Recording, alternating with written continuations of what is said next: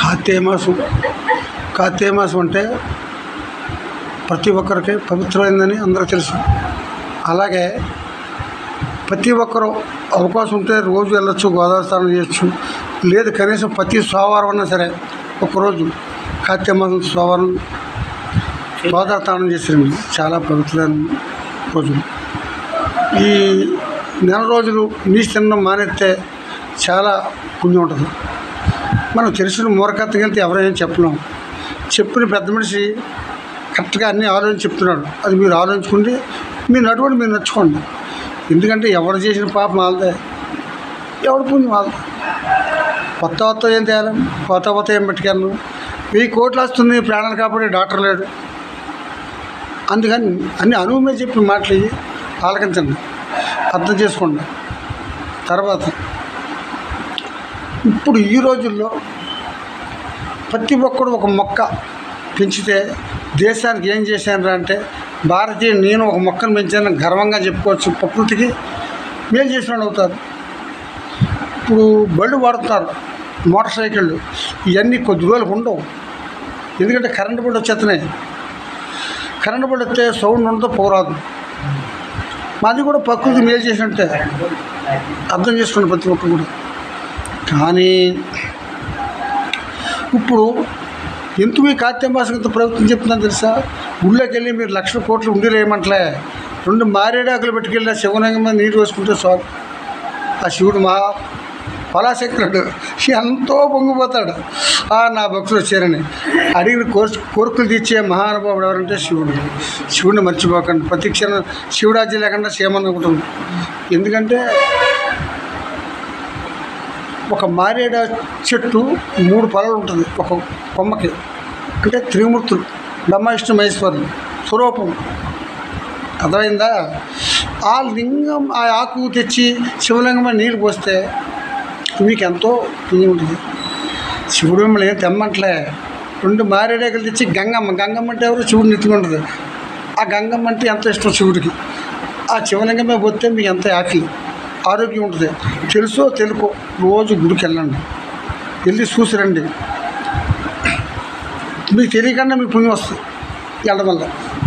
అదే విధానంలో రాత్రులు పడుకునేటప్పుడు ఓం నమ శివాయ, ఓం నమ శివాయ, ఓం నమ శివాయ అని 11 సార్లు నేను పడుకున్నాను. అదే విధానంలో పొద్దున్న లెగ్గానే ఓం శ్రీహరి, ఓం శ్రీహరి, ఓం శ్రీహరి అని 3 సార్లు అనండి.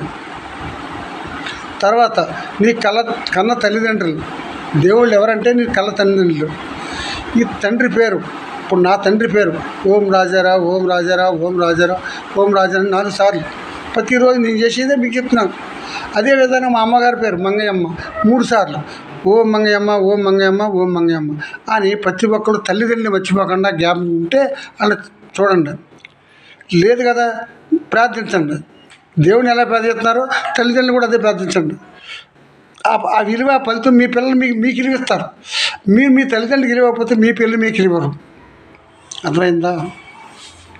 ఎప్పుడైనా సరే పెద్దోడు అనేవాడు ఏ కులం అంటామని పెద్దవాడికి విలువండి. ఆడ అనుమతి జీవితం నడుస్తూ ఉంటుంది. ఆ అనుమతి చెప్పిన మాట పెద్దోడు మాట, పెరుగుడు మాట. పెద్దోడు లేకపోతే ఎద్దు తరకానే పెట్టుకోమన్నారు. అర్థమైందా? అర్థం చేసుకోండి చెప్పేది. చూడండి, అదే విధానంలో ఎవరు ఏ పని చేసినా 100 రూపాయలు సంపాదించితే అందులో కనీసం 5 రూపాయలు దానం.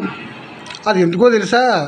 నువ్వు చేసుకున్న పుణ్యం వల్ల నువ్వు ఒక మొక్కై పుట్టావనుకో నీటి ఊతలో పుడతావు, ఒక కుక్కై పుట్టావనుకో ఒక మంచి జమీందారింట్లో పుడతావు, ఒక ఆవే పుట్టావనుకో మంచి రైతు ఇంట్లో పుడతావు. ఎందువల్ల నువ్వు దాన ధర్మం చేసుకుంటే. దాన ధర్మం చేసుకోలేదనుకో నువ్వు ఎలా పుడతావు? కుక్కలు ఉన్న చూడు, ఒక కుక్కలా చిచ్చి అని కొడతా ఉంటారు. నీటి ఊతలో పుట్ట కొండల మీద పుడుతున్నది మొక్క.